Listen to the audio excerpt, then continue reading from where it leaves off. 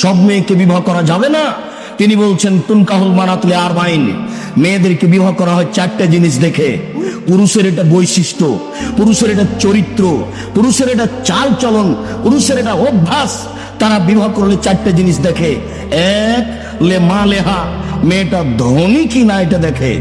দুই, বলে হাসাবেহা, মেয়েটা বংশীয় কিনা। তিন, বলে জামালেহা, মেয়েটা সুন্দরী কিনা। চার, বলে দিনেহা, মেয়েটা ধার্মিক কিনা। আমি মোহাম্মদ সাল্লাল্লাহু আলাইহি সাল্লাম ওপরের তিনটা ছেড়ে দিলাম। আমি বলছি ফাজফার বেজাতির দিন, তুমি ধার্মিক মেয়েকে বিবাহ করো। আপনার স্ত্রী যদি ধার্মিক হতো তাহলে আপনার মেয়ে এখন রাস্তায় আসতো না। ধার্মিকের মান ভিন্ন আছে। আল্লাহ রাসূল সাল্লাল্লাহু আলাইহি সাল্লাম আল্লাহর পক্ষ থেকে নবী। হোমসি খেলি একটা কথা বলবেন এই কথা নয়, তিনি পরিবেশ জেনে শুনে এই কথা বলেছেন এবং সরাসরি আল্লাহ বলতে বলছেন তাই তিনি বলেছেন।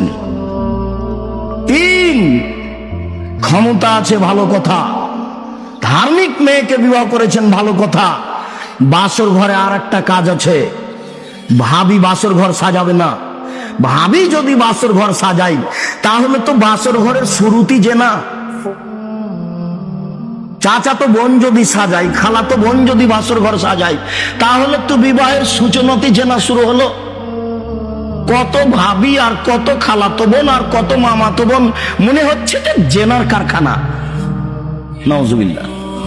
আলানানে তাজনিনে জেনা আহমদ নাজর, দুই চোখের জেনা হচ্ছে চোখ দিয়ে দেখা। আলোচনানের জেনা হল ইস্তেমাও, দুই কানের জেনা হচ্ছে কান দিয়ে শোনা। অনেক জেনা হাল বাৎস, হাতের জেনা হচ্ছে হা দিয়ে ধরা। জেনার রিলিজাল মাসি, পায়ের জেনা হচ্ছে পা দিয়ে চলা। জেনাল কালপাতানতাস্তাহি, অন্তরের জেনা হচ্ছে পরিকল্পনা করা। জেনাল লেসানা মুক্ত, জীবর জেনা হচ্ছে কথা বলা। এই ছেলেটা বাসর ঘরে ঢোকার পূর্বেই যা তার যে মজা কি ও কত কথা। আর ওই যে 3 নম্বর শ্রেণীর 8% লোকগুলো ওই কালো বোঝা নিয়ে এসেছে, স্বামী স্ত্রীর একবার ছবি উঠাচ্ছে, একবার আপনার জাতি কিনে ছবি উঠাচ্ছে, একবার মেয়েটাকে ল্যাংটা করে ছবি উঠাচ্ছে, একবার পোশাক করে ছবি উঠাচ্ছে। ঘৃণা লাগে না? আপনি মুসলমান বলে ঘৃণা লাগে না? আপনি নাকি মুসলমান, ঘৃণা লাগে না? আপনি নাকি মুসলমান, ঘৃণা লাগে না? ঘৃণা লাগা উচিত, লাগা উচিত। লাগে না কেন?